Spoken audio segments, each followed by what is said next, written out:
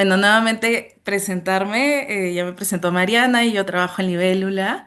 Libélula es una consultora con ya más de 18 años de experiencia en todo lo que es cambio climático y comunicación. También somos parte de una plataforma, bueno, tenemos una plataforma que es Nexos más uno, que también es una plataforma de acción climática que convoca al ecosistema empresarial para poder fortalecerlos en su camino hacia una gestión del clima, tanto desde la mitigación como la adaptación, que es algo que también vamos a ver hoy. Em, Hoy día lo que quisiera es, ya algunos de ustedes, como decía, tienen conceptos básicos de cambio climático, pero vamos a hacer un repaso también de ello rápidamente y sobre todo voy a esconder acá el control para que no se vea como una rayita.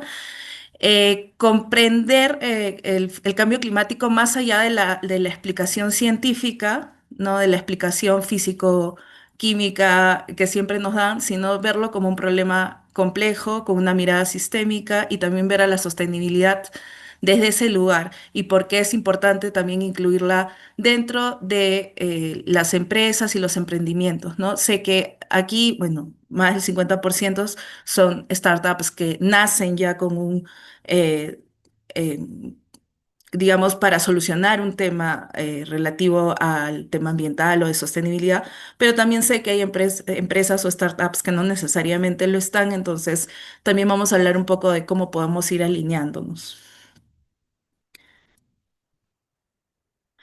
Bueno, eso es básicamente lo que vamos a ver ahora, un poco de contexto actual, una mirada muy introductoria a lo que es el enfoque sistémico. Vamos a repasar rápidamente lo que es el cambio climático, las causas, cómo se responde al cambio climático, cuáles son las oportunidades, sabemos los desafíos, pero cuáles son las oportunidades y cómo relacionamos cambio climático con sostenibilidad.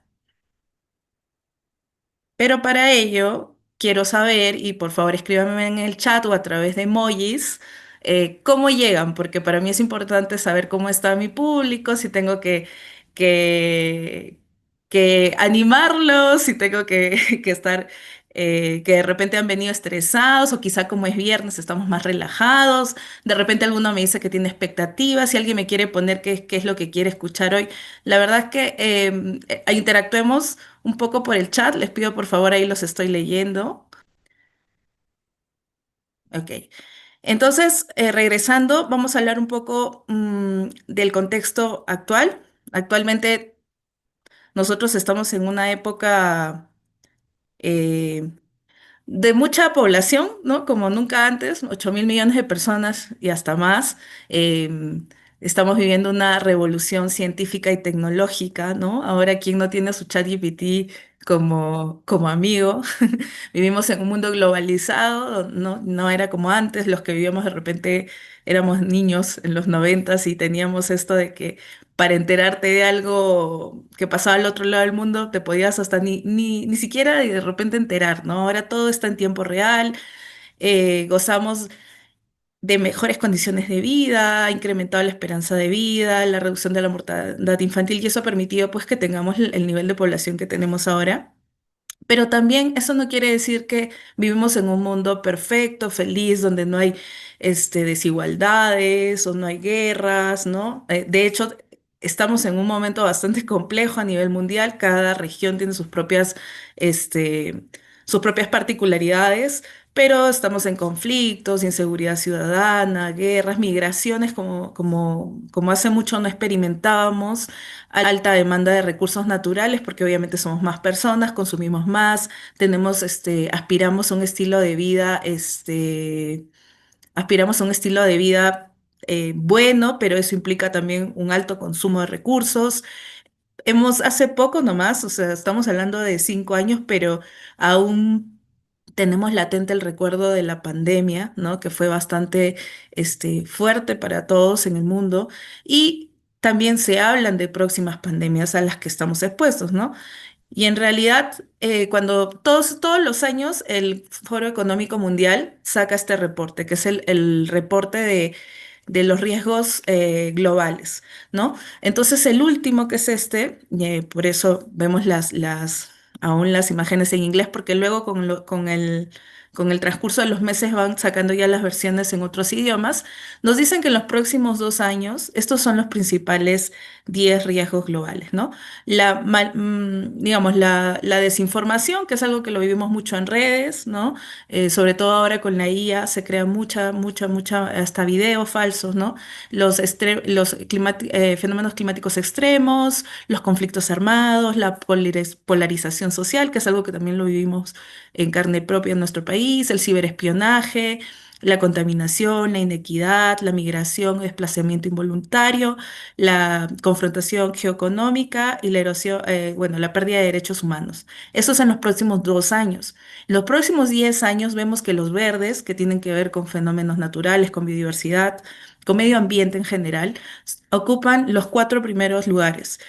En primer lugar, vamos a enfrentar los riesgos que van a golpear las economías mundiales, son los fenómenos climáticos extremos, la pérdida de biodiversidad, el cambio climático y la disminución de los, digamos, almacenes naturales, ¿no? De recursos naturales. Y luego vemos que está la desinformación, los temas con la inteligencia artificial y vamos avanzando, ¿verdad? Estos riesgos no son riesgos aislados, están interconectados porque no son problemas simples, son problemas perversos y muchos de ustedes estarán relacionados con el término, pero para poder entender que es un problema perverso, vamos a hacer un pequeño repaso en lo que es enfoque sistémico. Y, por qué, y van a entender por qué desde la sostenibilidad y del cambio climático es importante que tengamos esa mirada. Eh, Normalmente un sistema está compuesto por varias partes que lo hacen único, ¿no? Si sacamos una de esas partes, ya no es lo mismo, ¿no? Y creo que el ejemplo más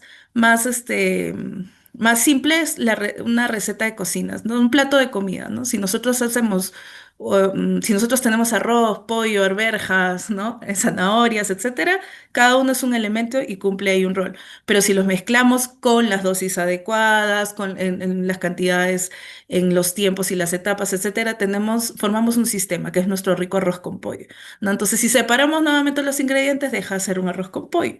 Y así tenemos una serie de sistemas en el cuerpo, en los ecosistemas, etcétera, etcétera. Pero obviamente los sistemas se van complejizando. Hay sistemas que son muy lineales, ¿no? Que son muy simples, que los separamos, los juntamos y no hay problema, pero hay sistemas que ya no son tan simples digamos, de diluir, de separar. Entonces ahí ya estamos hablando de sistemas complejos.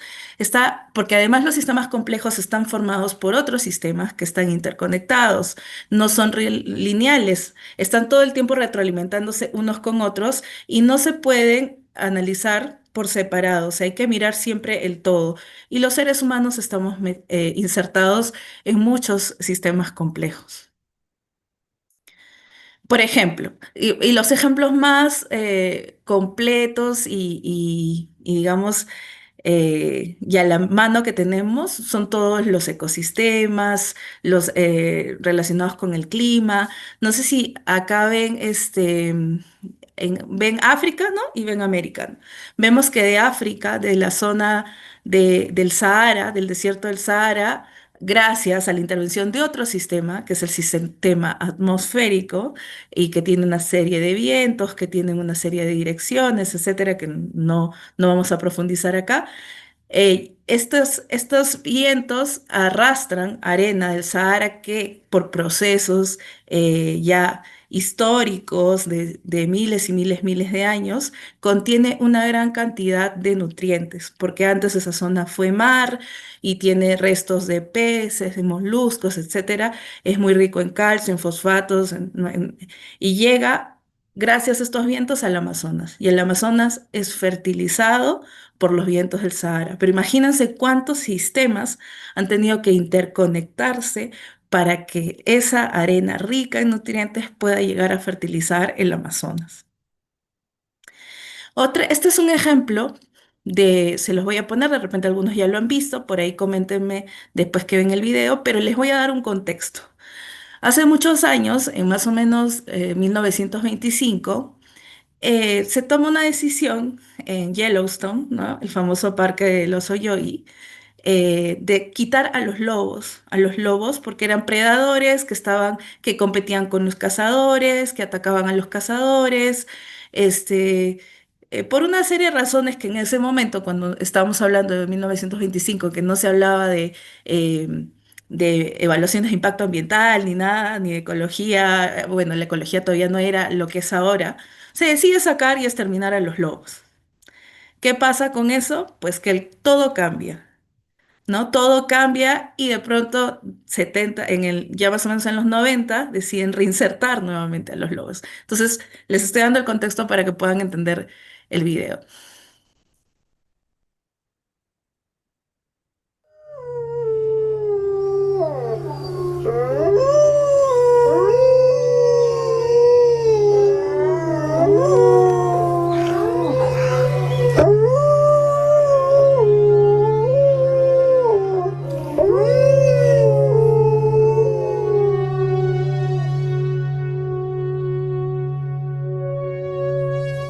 One of the most exciting scientific findings of the past half-century has been the discovery of widespread trophic cascades.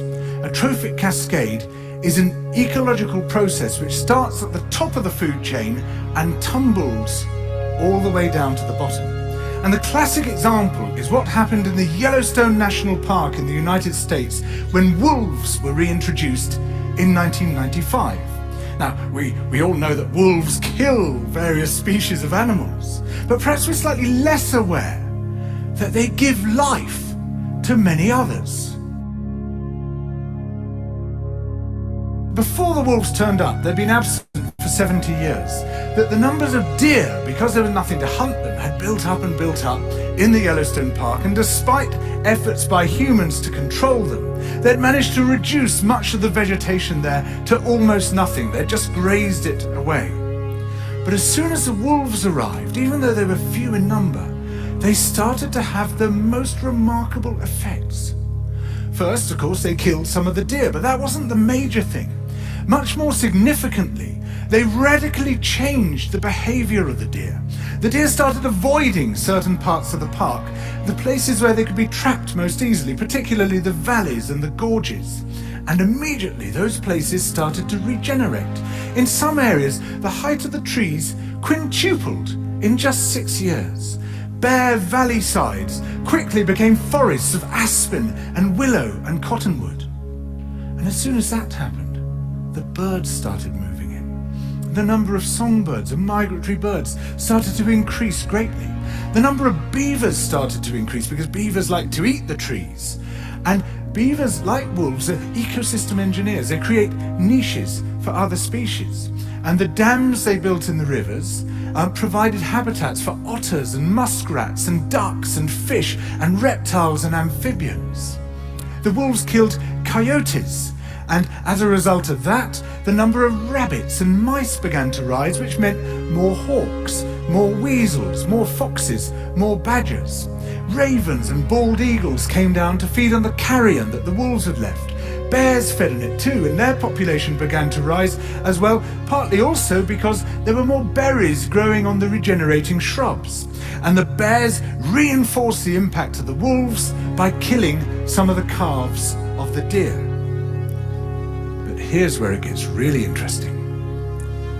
The wolves changed the behavior of the rivers. They began to meander less. There was less erosion, the channels narrowed, more pools formed, more riffle sections, all of which were great for wildlife habitats. The rivers changed in response to the wolves. And the reason was that the regenerating forests stabilized the banks so that they collapsed less often, so that the rivers became more fixed in their course. Similarly, by driving the deer out of some places and the vegetation recovering on the valley sides, there was less soil erosion because the vegetation stabilized that as well. So the wolves, small in number, transformed not just the ecosystem of the Yellowstone National Park, this huge area of land, but also its physical geography.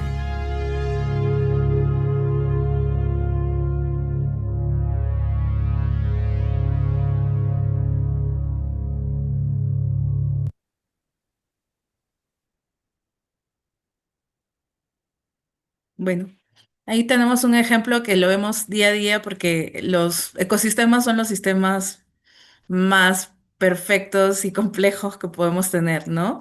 Cuando hablamos de problemas perversos, que fue lo que les mencioné al comienzo, estamos hablando de problemas que no tienen una definición clara, que no tienen una única solución o una solución correcta, que cada solución va a generar una serie de efectos dominós, una serie de cambios.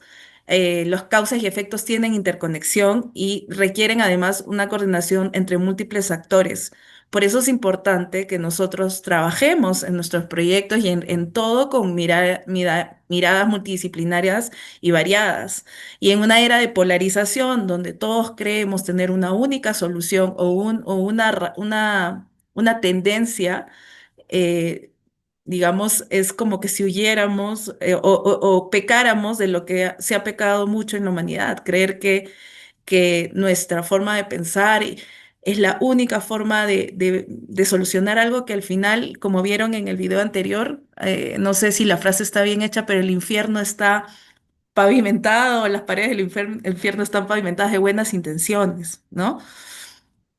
Entonces, para hablar de cambio climático, estamos hablando eh, de una serie de sistemas que se interrelacionan y que son además consecuencia de otros sistemas y de formas de pensar, de modelos económicos. O sea, hay una interconexión de variables muy grande, ¿no? Yo soy ingeniera ambiental, entonces obviamente siempre mi mirada va a tener el sesgo que mi profesión me da, ¿no? Siempre yo les voy a explicar el tema de la sostenibilidad o del cambio climático desde esta mirada de mi formación, pero en realidad el cambio climático, si ustedes ven charlas, etcétera, se las puede explicar un economista desde una perspectiva muy distinta, se las puede explicar un científico tipo un meteorólogo desde otra perspectiva. Entonces es importante por eso la mirada sistémica cuando hablamos de cambio climático, ¿no? Vamos a ver un videito cortito también aquí.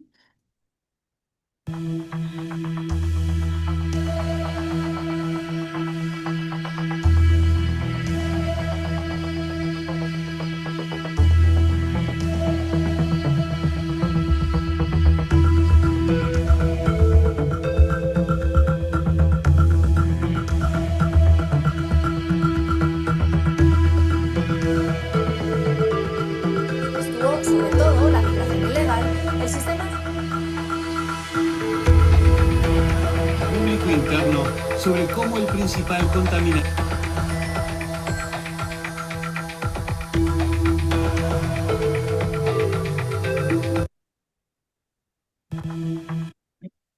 Entonces, ¿y qué es el cambio climático? ¿Es un sistema complejo, un problema perverso? La verdad es que es de todo un poco, ¿no? Porque tiene una estructura interconectada, pero también no tiene una solución única, no tiene una solución definitiva y está cargado además de muchas tensiones, intereses. Vamos a hablar un poco y rápido para poder cubrir en los tiempos de las negociaciones climáticas, por ejemplo, ¿no? Entonces, es un problema, pueden llamarle problema complejo, fenómeno complejo, pero lo cierto es que es algo que no se puede explicar ni solucionar de forma simple porque está sumamente interconectado. Cuando hablamos de cambio climático, hablamos de las causas, ¿no? Que ya sabemos que son el uso de los combustibles fósiles. Ahorita vamos a entrar a esa sección para los que estamos entrando por primera vez al tema, pero también estamos involucradas personas, intereses, países, gobiernos, océanos. Es muy, muy, muy, hay un ecosistema de diferentes tipos de actores, ¿no? Entonces hay que entenderlo o sea, creo que para mí es importante y lo entendí con los años y por eso esta charla siempre las damos con esta introducción para que ustedes que trabajan en emprendimiento puedan siempre tener esta mirada 360 para todo en la vida, no solamente cuando hablamos de cambio climático.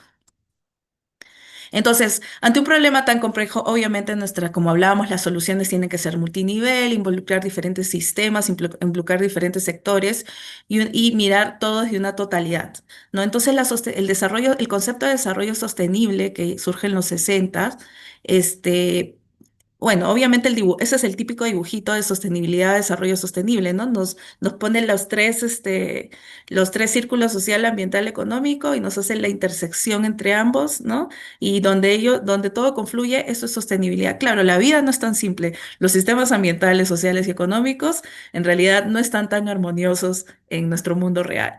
Pero lo que buscaban desde el concepto tan hermoso que tiene desarrollo sostenible, de hecho nosotros hacemos un ejercicio también cuando hablamos de sostenibilidad para entender que busca satisfacer nuestras necesidades sin comprometer las capacidades de las generaciones futuras.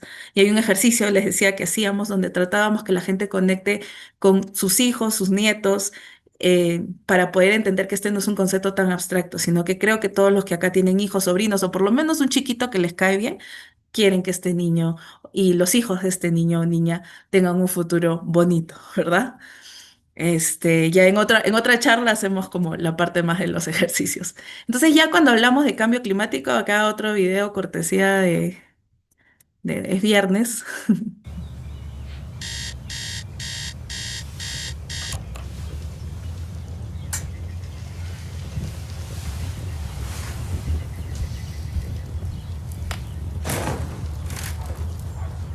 Wake up, honey. Do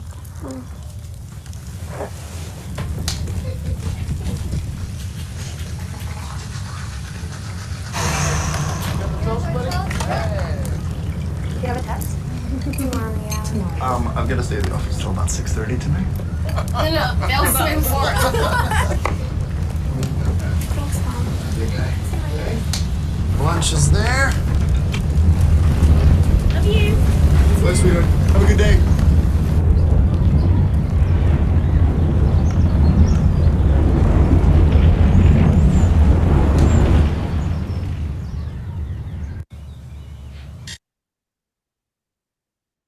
Bueno, ahí si quieren pueden dejarnos mensajitos en el chat, de ahí ya los leemos al final.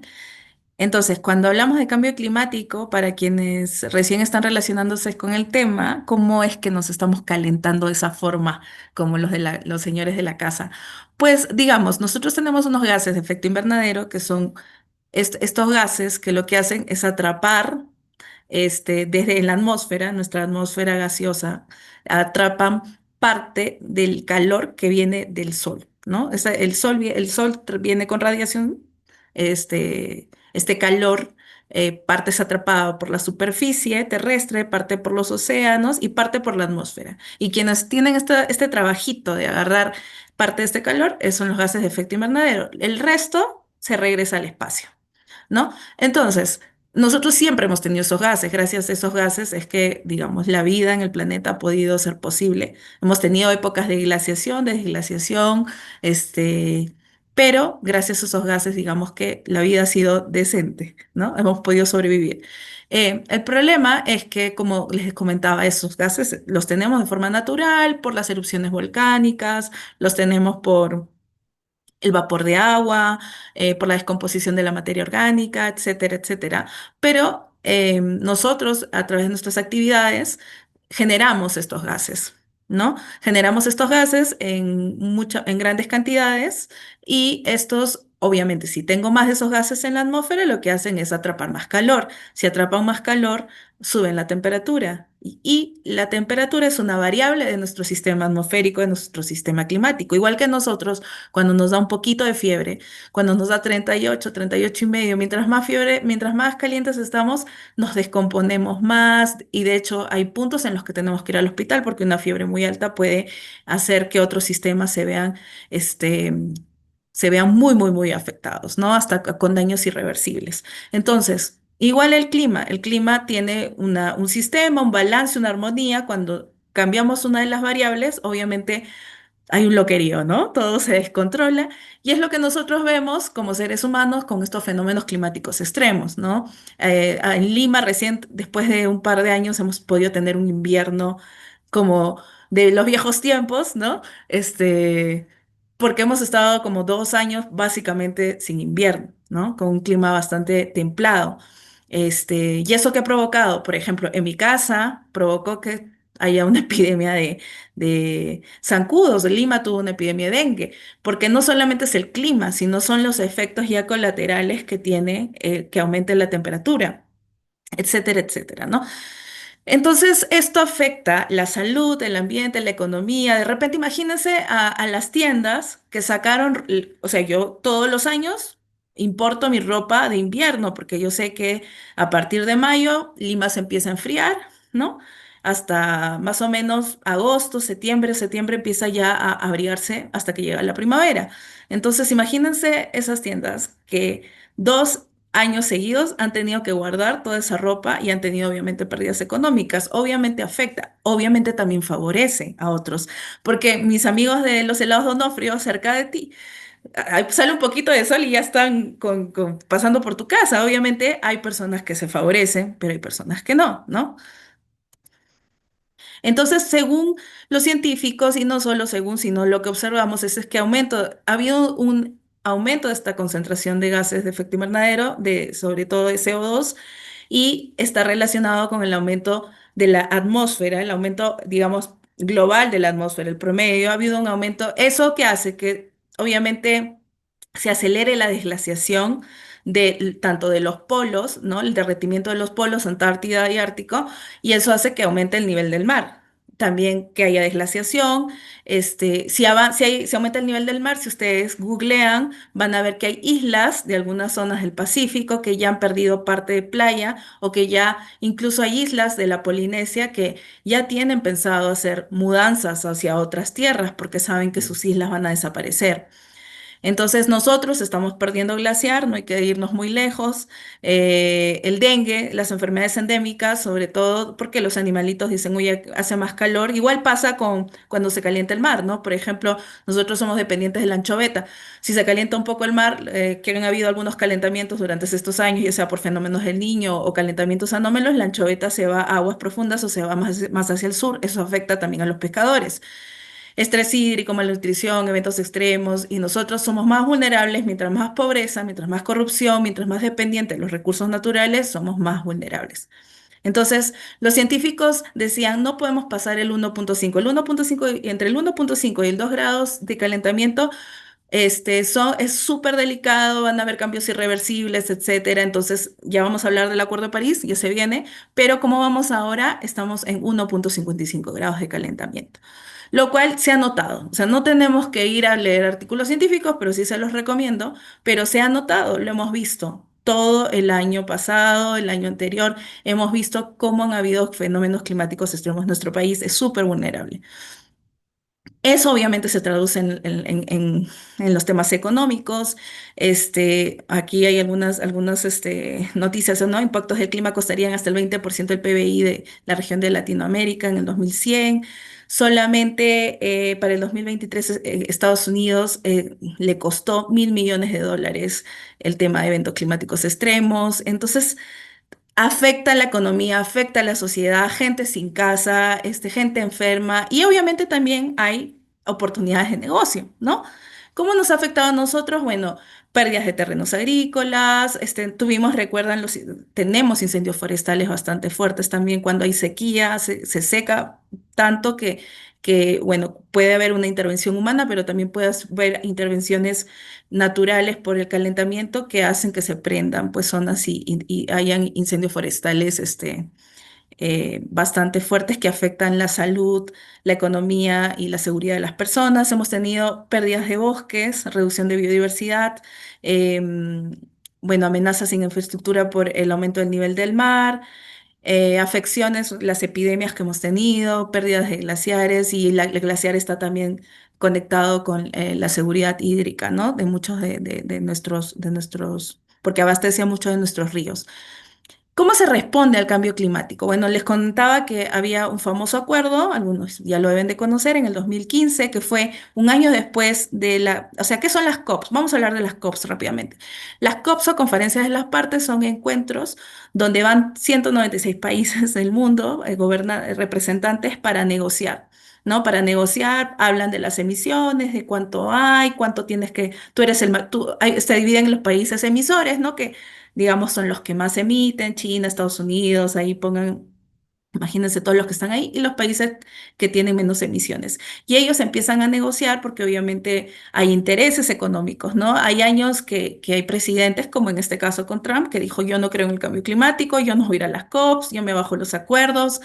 Entonces son reuniones extenuantes donde los países como el nuestro, que no somos emisores, estamos ahí negociando, porque claro, finalmente el medio ambiente, el cambio climático en general no sabe de límites geopolíticos. A todos nos cae por igual. Entonces, en el Acuerdo de París es un gran logro porque se logra que estos países se pongan de acuerdo, ¿no? Se pongan de acuerdo. Ya en Lima, el año anterior, en el 2014, ya se habían sentado las bases, pero digamos, París fue ya el punto donde se ponen de acuerdo y se queda que se va a mantener el calentamiento global por debajo de de los 2 grados centígrados, intentando limitar al 1,5 grados centígrados. Y ustedes dirán, ¿pero cómo hago eso? Bueno, si la causa de los gases de efecto, son las causas de los gases de efecto invernadero, son los que atrapan el calor, obviamente tengo que bajar esas emisiones, ¿no? Entonces, bueno, ese fue un hito en todo lo que hablamos de cambio climático. Y eso abre también nuevas condiciones en el mercado, ¿no? No solamente en el mercado de los temas climáticos, donde hay ventas y compras de, de- de bonos de carbono, etcétera, sino de empresas que pueden alinearse para ayudar a otras empresas también a adaptarse o a reducir. Entonces, cuando hablamos de adaptar, también hablamos de algo muy importante, el hecho que nosotros hablemos de que tenemos que disminuir los gases de efecto invernadero, las emisiones, no quiere decir que las cosas no estén pasando. Todos los veranos tenemos fenómenos del niño más extremos, huaicos, incendios forestales, en otros países, ¿no? Todos los años pasan. Entonces, ¿qué hacemos? Tenemos que igual adaptarnos. Es un camino paralelo. Tenemos que mitigar y tenemos que adaptarnos, sobre todo países que somos tan vulnerables como el Perú. Entonces la respuesta va por allí, va por la mitigación que son regular, ¿no? Todas las fuentes y sumideros. Cuando hablamos de fuentes hablamos de las que emiten y cuando hablamos de sumideros son los que absorben. Sumideros de carbono tenemos el océano, los bosques, ¿no? Y también sumideros artificiales, ¿no? También hablamos de cómo vamos a manejar esas medidas de reducción. Vamos a hablar ahorita ya rápidamente de mitigación y cómo gestiono esas emisiones. Y en adaptación habla de reconocer qué tan vulnerables somos al cambio climático y para ello tenemos que hacer una identificación de riesgos y peligros y hacer un programa o programas o planes de prevención, ¿no? Y aumentar nuestra resiliencia, que es nuestra capacidad de responder y levantarnos ante los problemas. ¿Qué está haciendo el país? El país también, obviamente, como todos los países, se comprometió a una meta de reducción, que es el 30%, adicionando 10% condicionado a que la cooperación internacional interviniera, ¿no?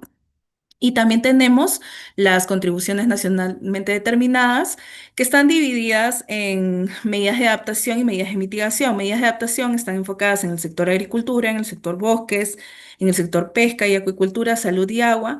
Y las medidas de mitigación también en el sector energía, procesos industriales, agricultura, lo que es cambio y uso de suelos y lo que son el manejo de desechos.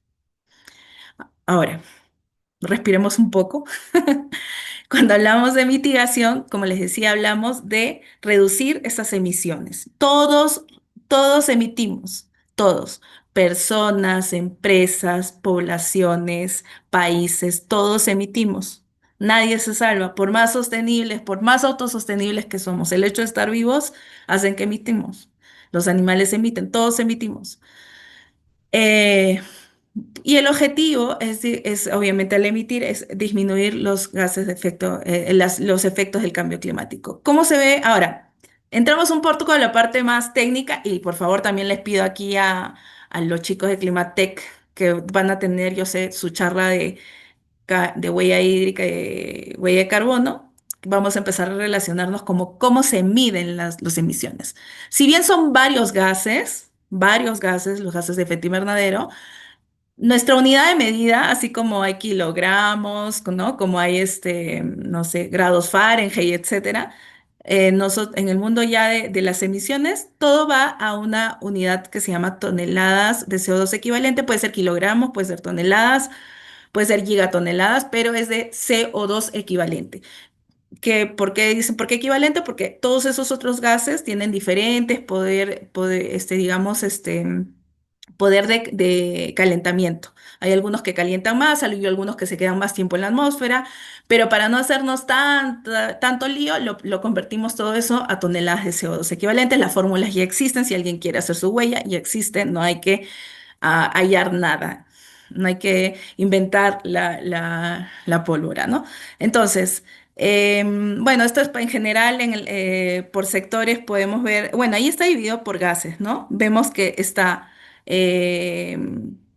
que vemos que, lo que es CO2, el mayor emisor de CO2 es UTCUS, que tiene que ver con el cambio y uso de suelo. Por ejemplo, imaginemos, ¿no?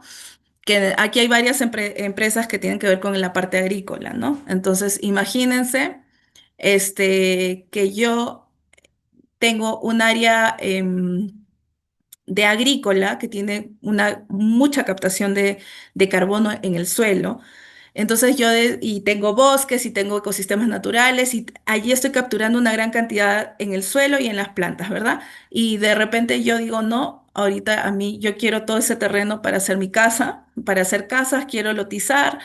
Vengo y saco toda esa superficie de bosque, de agricultura, etcétera. Entonces, todo ese carbono que estaba almacenado es liberado de alguna forma, ya sea, ¿no? A través de como residuo, lo queman, etcétera. Entonces, esos cambios de suelo son uno de los mayores, digamos, generadores de emisiones en nuestro país, ¿no? También tenemos el tema de energía, también en el tema del metano, por ejemplo, todo lo que son los residuos, los desechos orgánicos, ¿no?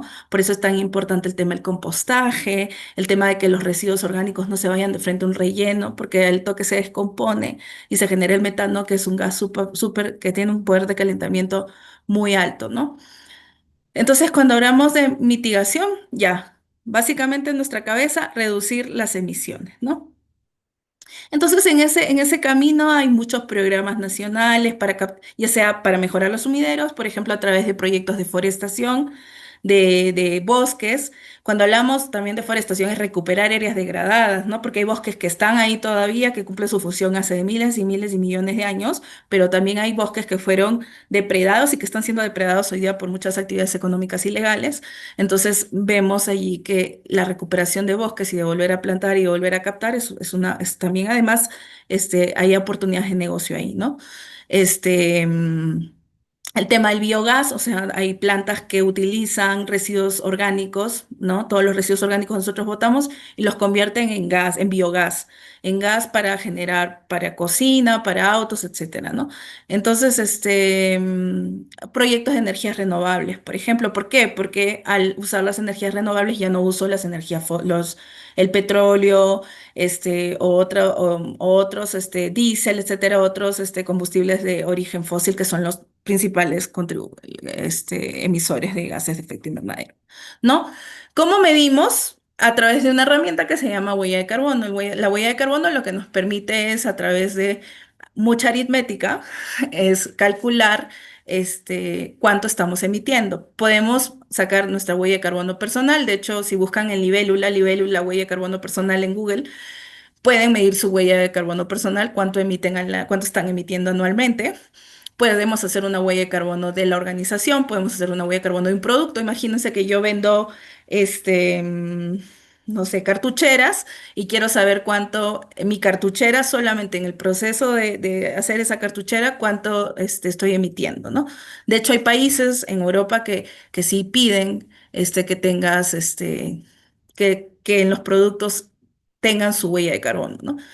Nosotros en Libélula a quien más medimos son a las organizaciones. Y como les decía, lo que se mide es lo que yo emito directamente, ¿no? Por ejemplo, imagínense que soy una fábrica cualquiera, hago jabones, ya. Esta fábrica de jabones, yo utilizo combustible para mi calderita, para mi horno, para hacer mis jabones. También tengo un pequeño, montacargas, ¿no? Y ese montacargas también usa combustible. Entonces, todo ese combustible es mi emisión directa. Yo estoy quemando ese combustible, lo estoy consumiendo.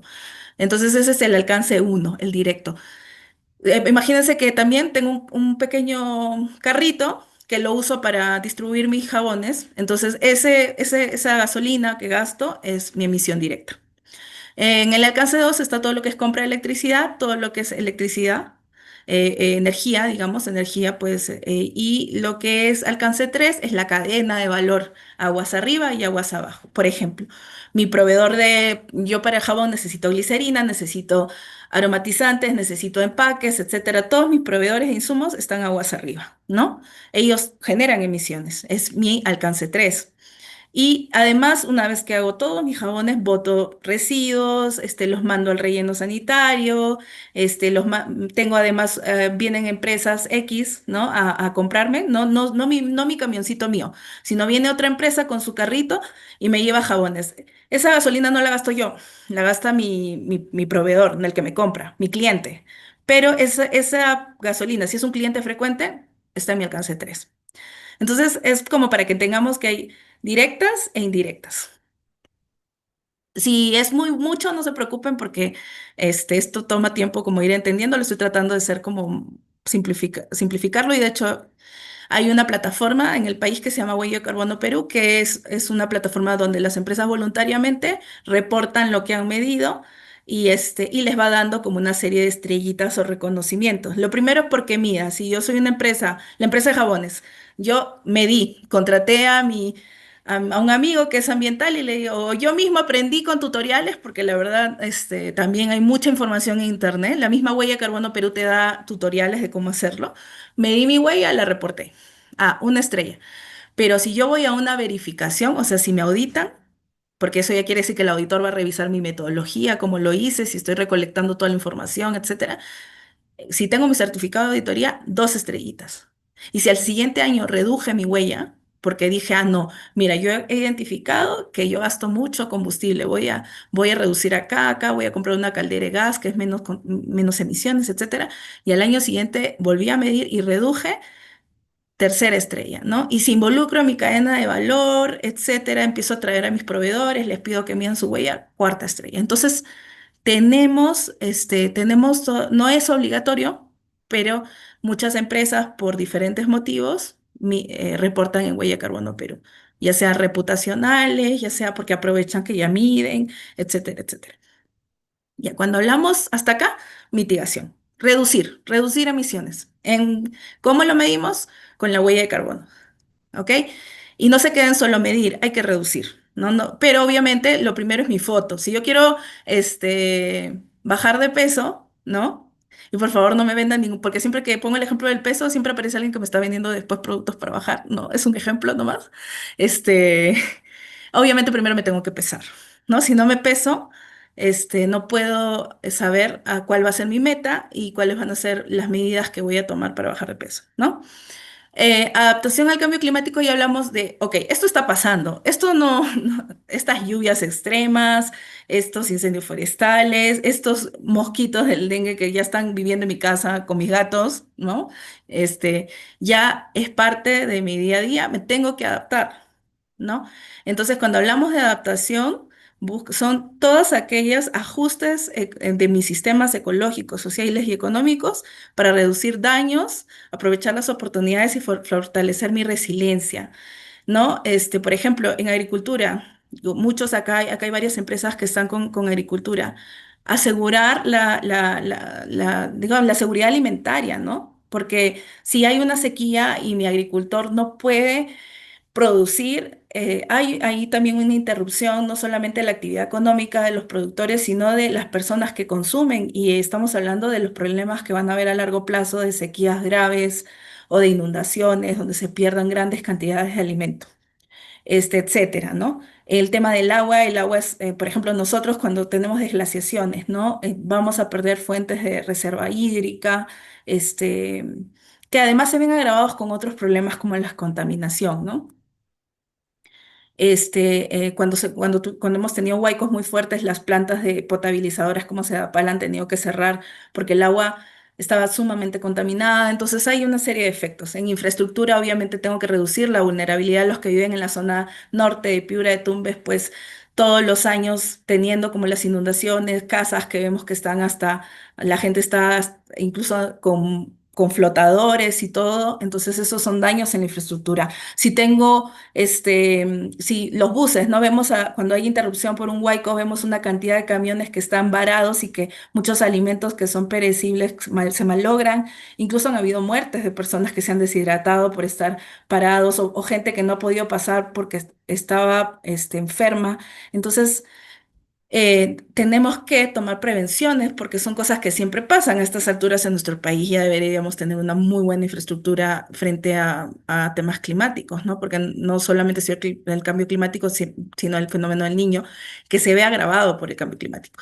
En salud, ¿cómo respondemos a enfermedades agravadas por el cambio climático? Como los vectores, llámese dengue, pero también hay otras enfermedades a nivel mundial, ¿no? Entonces, ya hemos hablado que hay muchos proyectos en estas categorías, igual les van a compartir las diapositivas, pero cuando hablamos de adaptación, lo primero es identificar cuáles son mis riesgos, ¿no? Entonces, lo primero que nosotros hacemos es, oye, si llueve mañana en nuestra ciudad, ¿se acuerdan que había un yacu que estuvo avanzando, ¿no? Primero estuvo en Piura, Trujillo, y ya estaba llegando a Lima. Yo le decía a mi mamá, fuimos porque nuestro edificio es viejo, no tenía techo de dos aguas, íbamos la azotea iba a ser una piscina, ¿no? Ahí yo estaba evaluando mis riesgos físicos, ¿no? Pero también existen los riesgos de transición que son muy importantes para las empresas. ¿Qué va a pasar si mañana más tarde entra un presidente o una presidenta que dice es obligatorio que todos midan una huella de carbono? Es obligatorio que todos tengan medidas de reducción, ¿no? Ya vemos que hay mercados quienes trabajan con mercados europeos y de hecho aquí hay varias empresas que conocen eso, saben que hay regulaciones que los obligan. Entonces, de repente quieres exportar a ciertos mercados y te van a pedir ciertos requisitos de sostenibilidad, ciertos sellos, ciertos manejos, ¿no? Por temas reputacionales, cada vez hay más consumidores, el tema de las redes sociales, cada vez hay más consumidores, te cancelan en una, ¿no? Por algún tipo de daño que puedas hacer, los riesgos tecnológicos, etcétera, ¿no? Entonces, siempre cuando hablamos de vulnerabilidad, perdón, cuando hablamos de adaptación, lo primero es identificar riesgos, así como oportunidades. ¿Qué tan vulnerables somos? ¿Qué tanta propensión tenemos o predisposición tenemos a vernos afectados?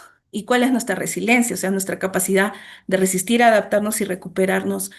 Por ejemplo, la resiliencia que hemos tenido nosotros como país ante la pandemia, a pesar de que de la crisis, de las muertes, del colapso de los hospitales, cómo logramos levantarnos, la resiliencia es importante trabajarla en todos los sentidos, ¿no? Entonces, por ejemplo, Argentina crea semillas más resistentes de la sequía, desde la agricultura. ¿Cómo hacemos semillas más resistentes a las sequías? En toda la zona de Holanda creando islas artificiales, ¿no?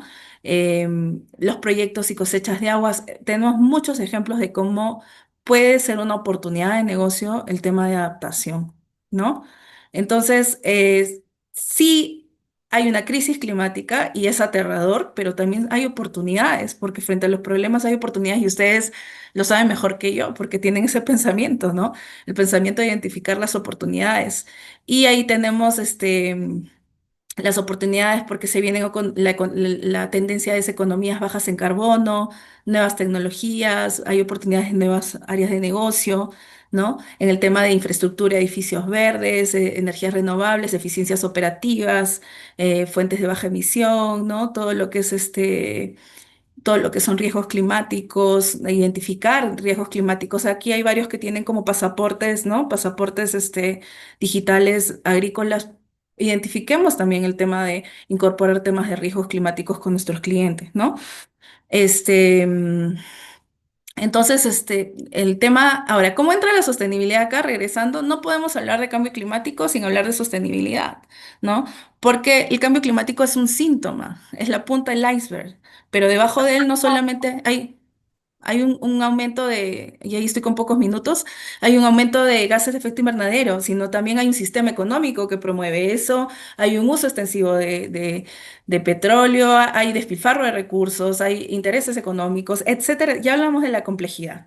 Entonces, los objetivos de desarrollo sostenible también, como la sostenibilidad, tratan de enfocarse, digamos, en estas áreas de planeta, prosperidad, personas y diferentes y hay diferentes también opciones ahí de trabajo, porque cuando hablamos de sostenibilidad, yo les decía, tengo mi sesgo muy ambiental, muy climático, pero si se dan cuenta, cambio climático es el ODS 13. sea, hay otras cosas que pueden trabajar desde su frente, ¿no? En criterios ESG, que es lo que le piden ahora a las empresas, que son criterios ambientales, sociales o gobierno corporativo, que también los conocen como ASG en español. Allí también se miden todas las prácticas sociales, ambientales y gobernanza, y de hecho ahora las empresas tienen, las grandes empresas y tienen criterios ESG, ¿no? ¿Cuáles son las tendencias ahora trabajando en sostenibilidad? Lo que les decía, todos los lo que son estrategias y reportes de sus criterios ESG, o sea, de sus impactos sociales, ambientales y de gobernanza, todo lo que es descarbonización y transición energética a energías sostenibles, energías renovables o energías más limpias, todo lo que es economía circular, que acá también hay varias empresas que trabajan en el tema de economía circular, porque ya manejar los residuos, aunque todavía en nuestro país todavía no manejamos también los residuos, digamos ya en otros países eso ya que no, residuos no, economía circular. Es que es todo es también un pensamiento sistémico total porque no estamos hablando solo de materiales. Todo lo que es reporte y transparencia, o sea, todo eso que yo hago ambiental, social, mis impactos, etcétera, etcétera, lo reporto. Soy transparente con mis stakeholders, con mis clientes, con mis inversionistas, etcétera. Y algo en lo que hay mucho trabajo ahorita, hay muchos retos y desafíos para las empresas, es cómo yo puedo hacer mucho esfuerzo, pero mi cadena de suministro, cómo la limpio, cómo la mejoro, y hay oportunidades de negocio para proveedores que vengan ya alineados.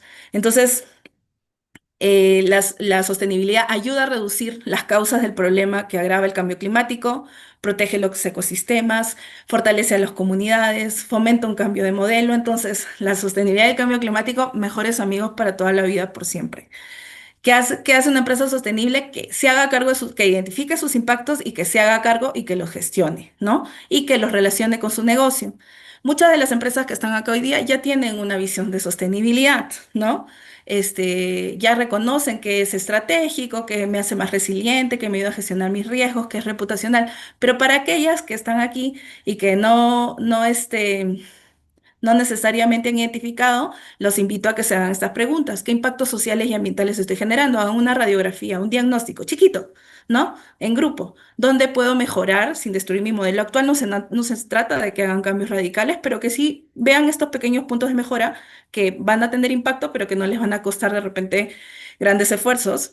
Podemos empezar por ahí, ¿no? ¿Qué quiero aportar al mundo? Redefinamos nuestro propósito, aparte de tener plata o de ganancias económicas o de la misión de la empresa, ¿qué más quiero aportar? Reevaluemos nuestro propósito, como lo hacemos en Año Nuevo, y actualizamos la narrativa. Todo lo que estamos haciendo adentro, contémoslo. Es importante comunicar, ¿no? Entonces, bueno, ya estamos haciendo el mediodía, he tratado de ir rápido, espero que se haya podido entender, pero el impacto climático importa, definitivamente, pero no es lo único. Importa tu modelo de negocio, importa tu cultura organizacional, importa cómo trates a la gente que trabaja contigo, importa cómo trates a tu público, importa el rol en la cadena de valor, cuál es tu rol en la cadena de valor y si tienes una mirada ética, todo eso importa, todo eso construye.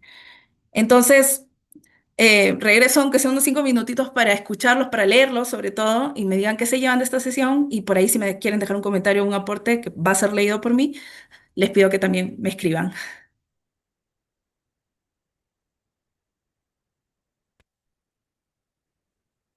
A ver, voy a leer. Es viernes y el cuerpo lo sabe, sí. Chicos, aprovechen el chat o si ustedes Ay, desean encender el micrófono, pueden hacerlo. ay, Eh, sí. La barra la traté de sacar lo más que pude. También Javier me avisó, pero era la de los controles. Ahí hay Eh, algunos comentarios. Gracias, Matilde. Gracias, José. Gracias, Maribel. Gracias por sus comentarios.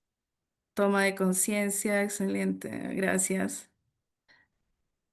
Bueno, igual, esto es como algo súper introductorio, pero los invito, hay muchas herramientas, los invito a medir su huella de carbono personal, hay muchos tutoriales de huella de carbono, pero también de cómo hacer herramientas fáciles de identificación de impactos. Hay mucha información, así que no hay justificación ya ahora para no empezar a incorporar la sostenibilidad. Ujú. Ojalá las empresas tomen conciencia. Sí, muchas gracias. Sí, la electromovilidad se está dando impulso, pero nuevamente, temas complejos, ¿no? Ahí hay que ver.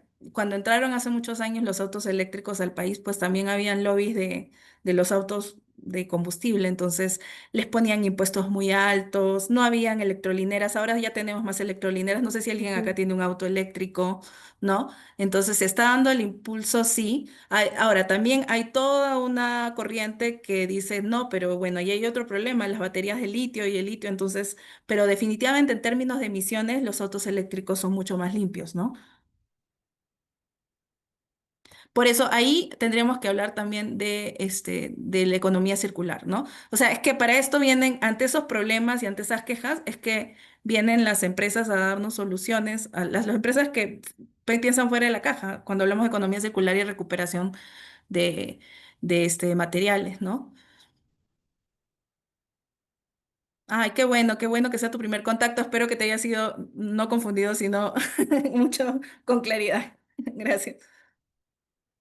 Chicos, muchísimas gracias a todos por su participación y por haberse quedado hasta el final de la sesión. Sara, muchísimas gracias por la masterclass, como lo pusieron en el chat. Ha sido muy interesante y muy completa, a pesar de que teníamos un tiempo bastante acotado. Muchísimas gracias y felicitaciones. Y antes de que se retiren, chicos, les pido por favor que enciendan su cámara 10 segundos para tomar la foto grupal, la foto virtual grupal. Gracias Armando, gracias José, gracias Cristi, Milagros, gracias Miguel, gracias Lady, Jennifer, gracias Kili, Evi, gracias Enrique, gracias Ramsés, Tania, Milagros, Susana, a ver si vamos por aquí, Jennifer. A ver chicos, somos 35 participantes, necesito tomar 2 pantallazos, así que les pido por favor que se queden quietos un ratito. Perdón, un ratito. Ujú. Ya, listo. Entonces, va la primera fotografía, les aviso. Sonrían todos. 1, 2, 3. Va el segundo pantallazo, o perdón, va la segunda foto. Permítanme nuevamente. A ver, sonrían todos. 1, 2, 3. Listo, chicos. Muchísimas gracias a nuestro portafolio de ClientTech. Vamos a estar en contacto con ustedes porque Sara se va a reunir uno a uno con cada equipo para tener esta asesoría en medición de huella de carbono. Y nos vamos más verdes, dice Tita. Muchísimas gracias, Tita, por tu comentario. Y a toda nuestra comunidad emprendedora, por favor estén atentos en nuestras redes sociales y en las comunicaciones que hacemos a través del WhatsApp también, que lo utilizamos bastante como medio de comunicación, para poder compartir con ustedes todas las novedades que se vienen de este proyecto tan bonito como es ClientTech. De mi parte, muchísimas gracias, les envío un abrazo y que todos tengan muy buen fin de semana. Hasta pronto. Gracias, nos vemos. Nos Gracias. vemos.